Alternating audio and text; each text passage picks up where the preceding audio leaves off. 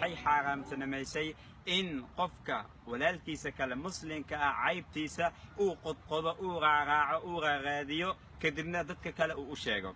nebiga sala allahu calayhi wasalam wuxuu leeyahay qofkii astura qof muslin ah qof mu'min ah qofkii astura in asigana ilaahay subxaanahu wa tacaala uu asturayo uu cayb qarinayo. looma baahna marka in qofka caybtiisa inuu qofka uu raadraadiyo. nebiga sal ly slam xadiis kale wuxuu leeyahay qofkii qof kale mu'mina caybtiisa raacraaca raadraadiya dadka kale u sheega fadeexadeeya in asigana ilaahay subxaanahu wa tacaala uu fadeexadeynayo. qof walba anaga naga mid tahay wuxuu leeyahay qayb wanaagsan iyo qayb kale ayuu leeyahay. qof dhammaystiran ma lahan. qof walba anaga naga mid tahay cayb ayuu leeyahay. ma ogolaan lahayd adiga in caybtaada la faafiyo dadka kale loo sheega ama internetka aad ka aragtid ama si walba ha ahaato waa maya soo maahan. annagana looma baahna marka waxaa loo baahan yahay in walaalahayna aan asturno dadka kale waxaan la jeclayn nafsadeennana lama jeclo. waxaa loo baahan yahay marka in aan walaalahayna aan u cayb qarin oo aan asturno si annagana ilaahay subxaanahu wa tacaala